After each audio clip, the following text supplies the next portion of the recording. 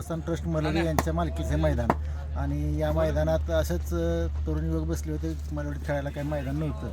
मग हे डेव्हलप करूया. इथं एकाखाली एक असे जवळपास 4 वावरं म्हणता येईल असे होते आणि पहिल्यापासून लोकवर्गणी काढून कोणी जुन्या खेळाडूंनी पैसे देऊन अगदी परदेशात असलेल्यांनी सुद्धा काही जणांनी आम्हाला सहकार्य केलं आणि या ठिकाणी हे मैदान तयार करण्यासाठी खूप अतोनात कष्ट घेतले.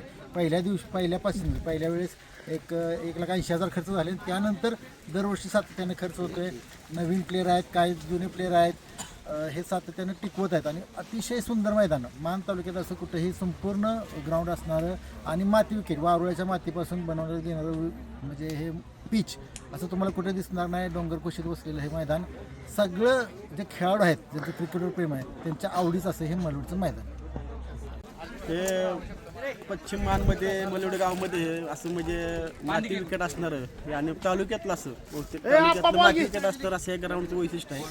आणि बहुतेक बऱ्यापैकी याच्या सगळ्या ग्राउंड बनवण्यासाठी मेहनत आहे. हे आमच्या गावातील जुन्या नवे जे काय असे आमच्या आधीचे पिढीतले जे खेळाडू आहेत ते असतील, आजूबाजूच्या गावाचे सगळे खेळाडू यांच्या सहकार्याने हे ग्राउंड बनलेलं आहे आणि भविष्यामध्ये ते डे नाईट सामने भरण्याचा आमचा एक मानस आहे आणि त्यासाठी आम्हाला जो काही परिश्रम करावा लागेल तो आम्ही सगळे आता असे पत्रकार आहेत, तुमच्यासारखे मित्रमंडळी आहेत, यांच्या सहकार्याने आम्ही भविष्याच्या दृष्टीने एक डे नाईट सामन्यांचं आयोजन करण्याचा आमचा म्हणजे प्रयत्न आहे. तर लवकरच आम्ही सिमेंट विकेटला प्राधान्य न देता माती विकेटला प्राधान्य देऊन खेळाडूचे कसा लागेल याच्याकडं प्राधान्यानं आम्ही लक्ष देऊन माती विकेट तयार केली. यासाठी सभोवताच्या सगळ्या प्लेयरनी इथं येऊन सर्वांनी परिश्रम केलं त्यासाठी आणि सारवण्यापासून JCP रोलर ह्या सगळ्या सुविधा उपलब्ध करण्यापासून ग्रामस्थांचे तसेच खेळाडूंचे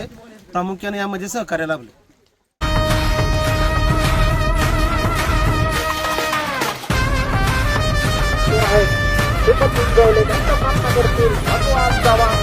स्वागत